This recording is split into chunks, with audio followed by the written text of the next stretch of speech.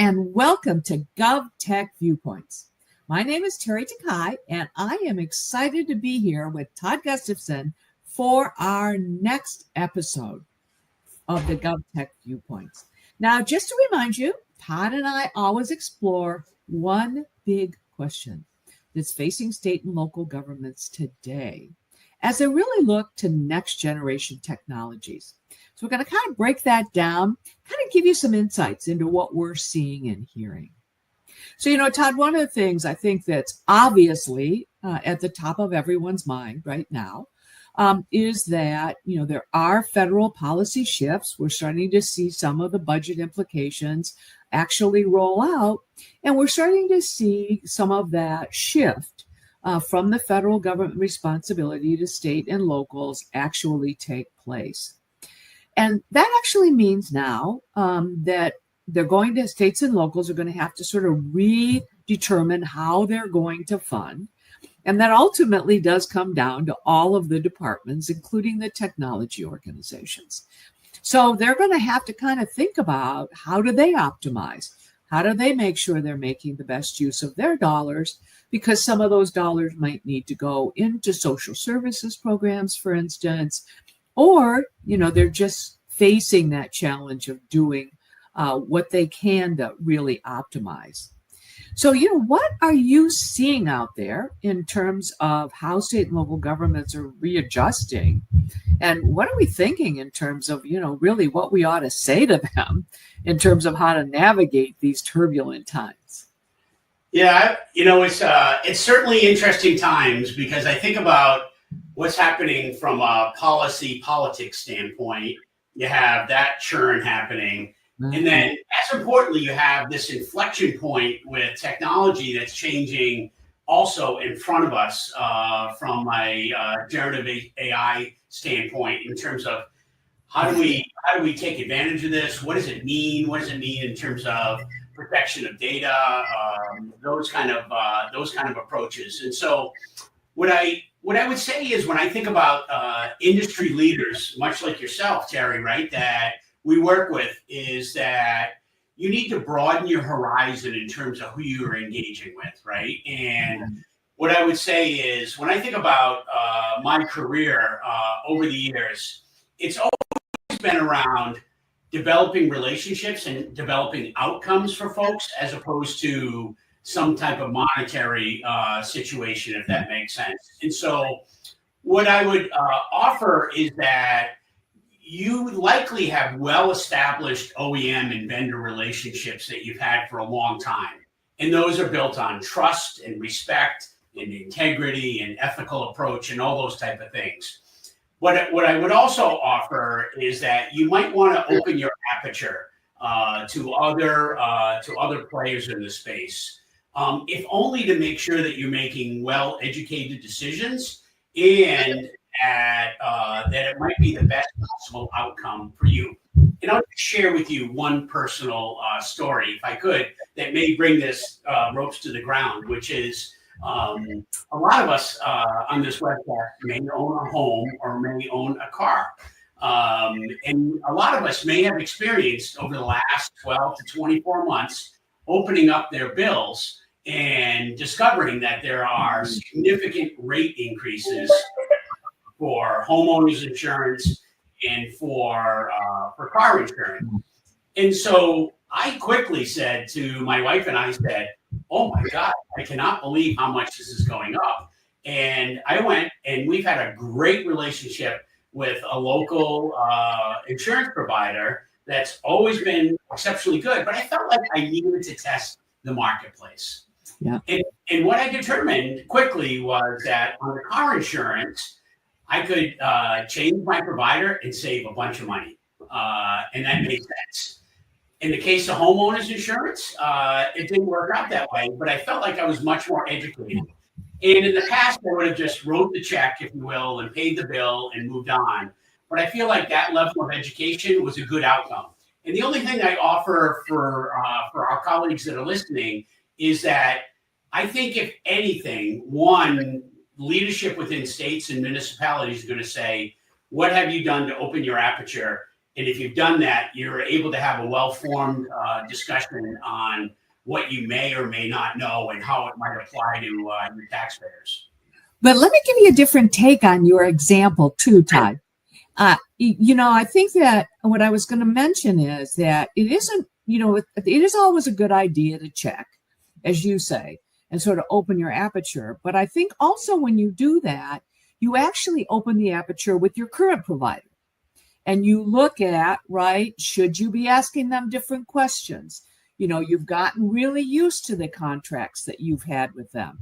So it isn't always about looking for someone new, but, when you go to your current partners, they may come back and say, well, I never offered you this other opportunity because it didn't look like you might be interested in it. So, it's kind of like your car insurance, home insurance thing, right? I mean, you changed on the car insurance, but you stayed, from the home insurance perspective. So I think that's another piece of it, as we start to think of that. And that gets into, procurements are hard. I don't care what day of the week, you're after them. And, when I was in government, you get a little bit into how many of these do I tackle to try to do something new. But now's the time, I think, there may be some requirements that you had in your contracts that maybe are old and outdated and you just never really got rid of them, some things like that, that really can help you optimize with your current provider, and then, kind of open up that conversation, to introduce some new things. So I just give you that kind of variation on that theme, Todd. This is kind I echo it, frankly, right? But there are like areas. Let's look at higher education as an example, right? In higher ed, there's been a history of we've done it this way, we stay doing it this way, right? Higher education is certainly facing some level of austerity in terms of the budgeting process. And I would just challenge that the way we've always done it may not be the best way to drive best possible outcome for your students and faculty and your everyone else in your organization. So that's all I would say is I just think nothing ventured, nothing gained, right? Right. Approach. But I think that applies from a technology perspective as well, right, Todd?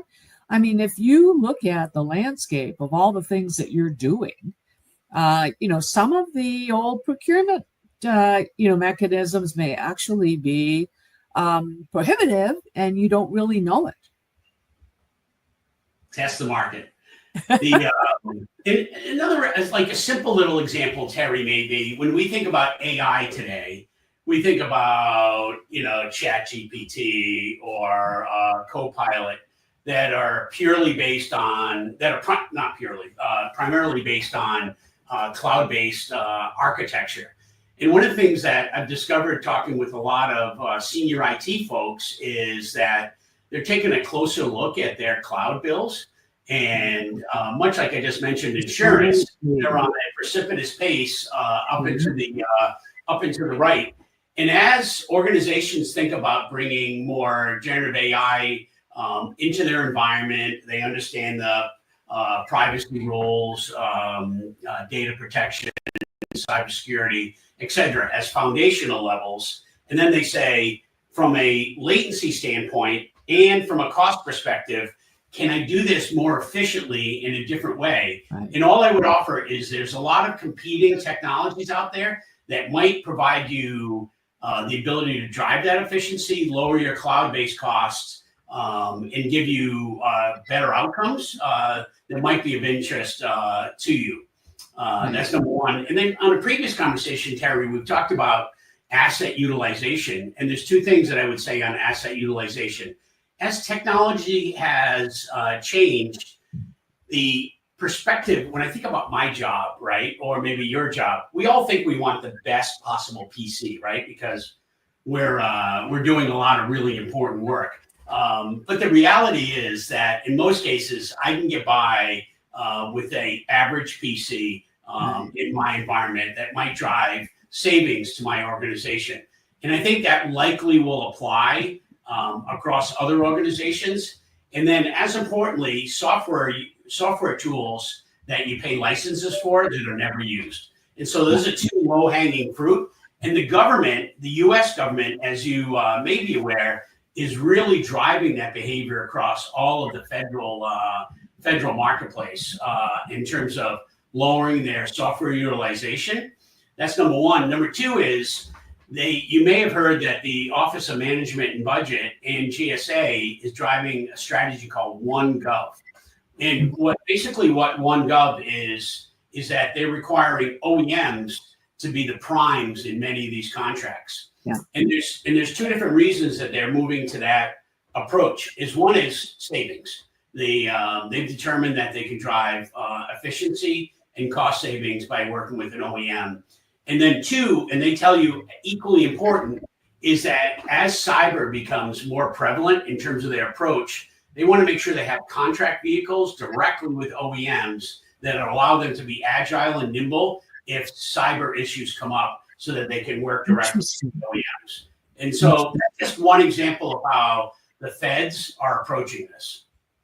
I think one thing that's interesting with that too, and I think is that as they're working with the OEMs, they're also looking at not only proliferation of software, but proliferation of hardware as well, in terms of how do you actually, the point you were making, take a look at all the configurations that you have out there, because that not only drives cost up and effectively not being able to really take advantage of volume, but it really drives up the support complexity.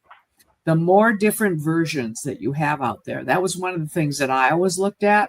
It I didn't not want to have, whatever was the latest and greatest, but I had to think about whether my organization could adequately support the new technology, because you have to think about sort of that tail, coming in. But, back to the point about sort of not simplifying or standardizing to the point where you're not providing capability, but doing it to the point where you can get efficiencies.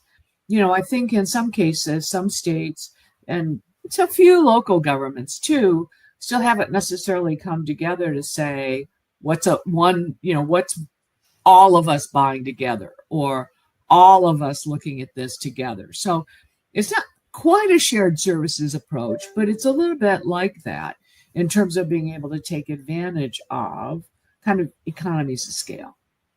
Yeah, because I think when you look across taxation, health and human services, prisons, fish and wildlife, there's more that binds them together in terms of technology approach than separates them. And the more that you can think about that in a common approach, to your point, I think could drive efficiency and cost savings that allows your governments to invest other places. Yeah.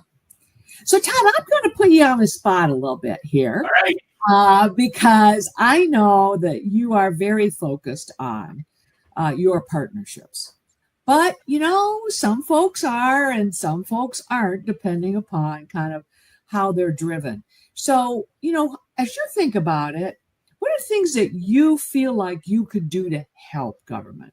When you go in to talk to state government or you go in to talk to a local government with sort of different processes and different resources, how do you think about being a good partner? I'm from Boston, and I learned very early to be very direct, whether that has served me well or served me not.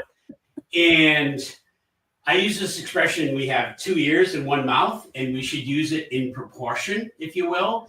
And so my basic approach is always question asking or challenging conventional wisdom. And I've discovered that sometimes that works and sometimes folks might be offended. But I do think, let me just give you one example, Teri. I asked this question, why do you print? And it's amazing the answers that I get, because the number one answer generally is, I don't know. Right? I don't know why we print. And so just by having that conversation as an example, and part of the reason I ask that is often I'm ushered into an office and I walk through a hallway and I observe all the assets that a state government might have. In a lot of cases, there's a very disparate amount of printers, sizes, functionality, brands, etc. Have we thought about how you might be more efficient in driving print outcomes that might lower your overall cost? I know that sounds like a really simple example, but those kind of, what is your endpoint security approach? Right. And then don't talk, right? And hear what they have to say, because many vendors in the marketplace, what I would call is have a horse blanket approach, like we keep on layering on security and there's cost associated with it. And I think if, again, we open our aperture to what OEMs have in the space, you may discover that you're already paying for a lot of these services and you don't need to pay twice, particularly from a security standpoint. And so those are all kind of, and I hope this is appropriate, but when I took over leading the public sector business, my first thought was the lowest price will always win. What I discovered is that those folks who develop the best possible relationship that's focused on the customer's mission and their outcome is what the winning formula is. And so what I would say is, when I think about my role, my colleagues and others, is we are keenly interested in driving outcomes. Let us help you. Yeah. Yeah, I love that, Todd, because I'll contrast it to companies that have come in to say to me, you don't need to print, right? They don't ask you. They presume that they know better. Or, they'll come in and say, you need to be doing this, right? And I want to contrast that, Todd, because I do think it is important. And I also think that, government as buyers can also demand that conversation as they're thinking about how to utilize their resources, right? Absolutely. Because sometimes, I remember I had a company come in. And they came in, this was when I was at DOD, and they sat down and they said, we want to hear from you, right? They sat down and for the next 15 minutes talked. I never said a word. And I looked at them and I said, okay, thanks very much. We're done. And they looked at me. They were so shocked. But I said, you told me that you want to come in and listen to me. You haven't given me space to say anything. Sorry. And so I think that we as government also, we know that there are companies like yours, that there are people like you that are willing to engage in a dialogue about how to do things better. And I think both sides has to take advantage of that. We have to act differently. It isn't just on, our provider side, our partner side. It's also on us to be very clear about what we want the interaction to be, as we work together to really get there. And don't be, if I could add on to that, Teri, first of all, I agree with you entirely. I could add on to it is feel comfortable and free to engage more senior leaders in these companies that you're dealing with, because I think that relationship transcends everything, right? Because you're going to want to engage with those, if you decide to partner with them, you're going to want to know who the leaders are in case challenges arise, right? So that you can quickly get things done. And so it's kind of 101 on the relationship side, but oftentimes we lose our foresight on that. Exactly. And it is something that if I entered into a contract, I would say to the person I was talking with, what's your boss's name? What's their boss's name? What's their boss's name? And it does put people off. They're like, well, why would you want to know? It's like, well, I might need to know that at some time. So I love that, Todd. I love the fact too, that you can tell everyone that you're willing to do that. I think sometimes, when you're on the kind of customer government side, you're a little intimidated, you're a little afraid to ask. So I love the fact that you offered it, that, you were willing to tell people kind of from the top of the house how you view all of us that are out there trying to, make things happen. I would agree. It's a brave new world we live in, Teri. Absolutely. And anytime you think it's static, it's going to change. Oh, day by day, Todd, that's what's happening. So, well, Todd, I think we came to the end of our time. What a fun conversation today. We did everything from how do you optimize your use of technology to how do you work together, which is fantastic in terms of being able to get some insights out there. Well, I want to thank our audience. Thank you all for listening to this episode of GovTech Viewpoints. Be sure to subscribe to the series on LinkedIn, YouTube, or Spotify so you'll never miss an episode. And Todd, I'll look forward to seeing you again on our next episode of GovTech Viewpoints. Everybody have a great day.